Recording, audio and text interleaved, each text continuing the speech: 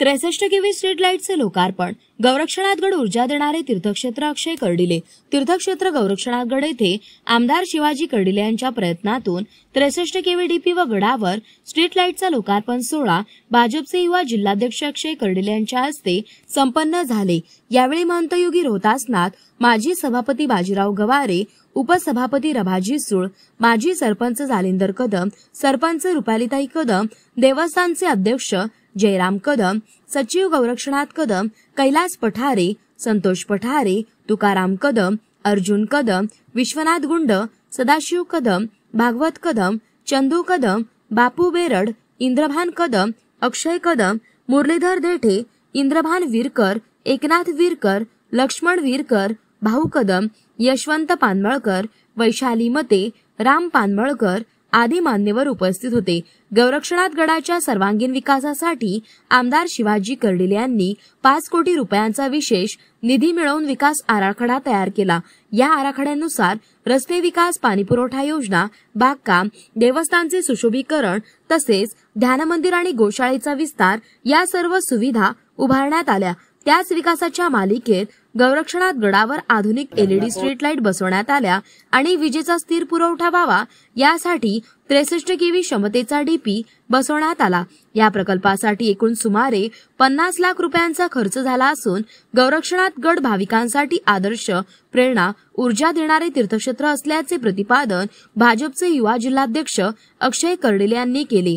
प्रतिनिधी महेश कांबळे. पावलाने पवित्र झालेल्या या चैतन्य गोरक्षनाथ गडावरती आलेल्या सर्व भाविकांचं, सर्व नेते मंडळीचं, आदरणीय योगीजींचं या ठिकाणी देवस्थानच्या वतीने, ग्रामस्थांच्या वतीने आणि तमाम नाथ भक्तांच्या वतीने या ठिकाणी सहर्ष स्वागत करतो. राऊरी मतदारसंघाचे सन्माननीय आमदार, माजी मंत्री आणि जिल्हा बँकेचे चेअरमन, आमचे तुमचे सगळ्यांचे नेते माननीय शिवाजीरावजी कर्डिले साहेब यांच्या प्रयत्नातून या गोरक्षनाथ गडावर गेल्या 15 ते 20 वर्षामध्ये त्यांनी विकास कामाचा या ठिकाणी धडाका लावलेला आहे.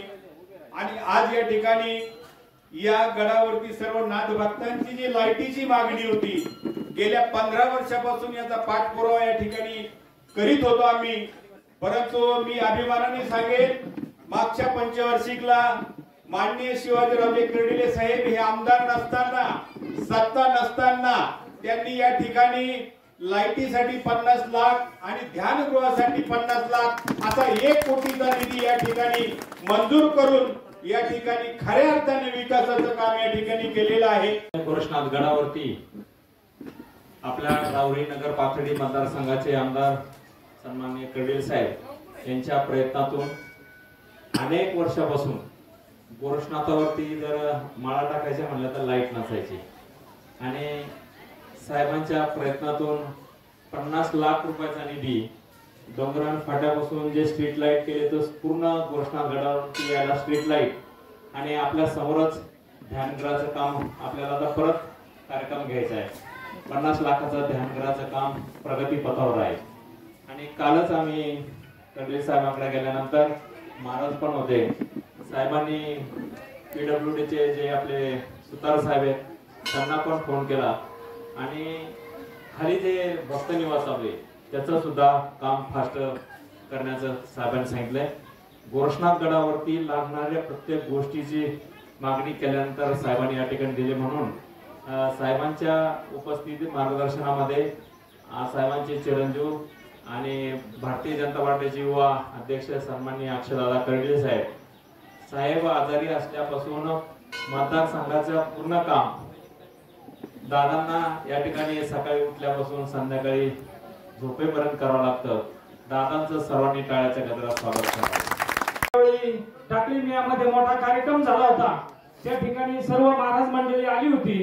त्या ठिकाणी साहेबांनी विनंती केली होती की एक दिवस योगी साहेबांना या ठिकाणी घेऊन यायचं आणि CM साहेबांना सुद्धा सांगून या ठिकाणी योगी साहेबांसाठी त्यांचे प्रयत्न चालू होते.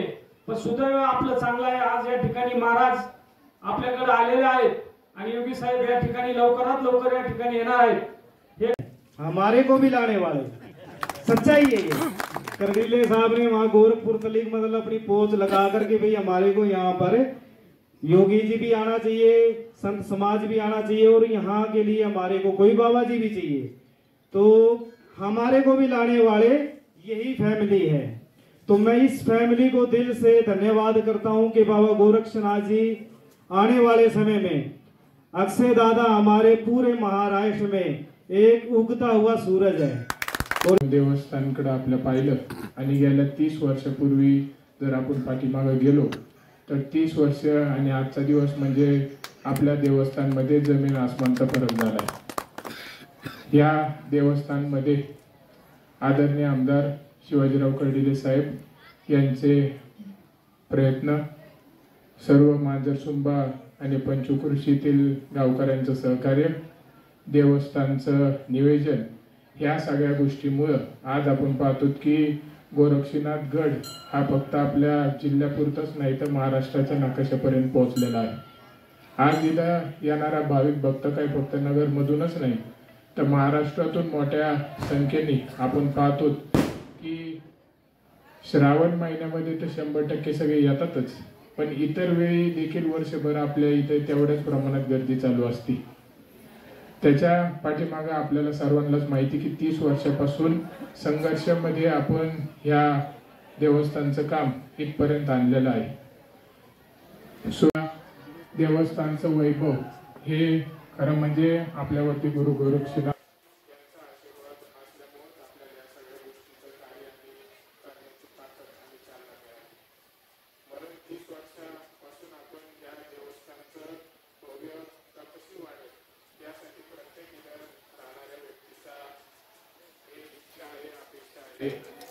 म्हणूनच त्याच अनुषंगाने 30 वर्षामध्ये पाहिलं की विविध विकास कामं आणि देवस्थानचं सुशोभीकरण सगळ्यांच्या प्रयत्नातून सुपूर्द। मौज मजा मस्ती मध्ये रमते मन, निसर्गात नंदनवन साई बन। मौज मजा मस्ती मध्ये रमते मन, निसर्गात नंदनवन साई बन, साई बन।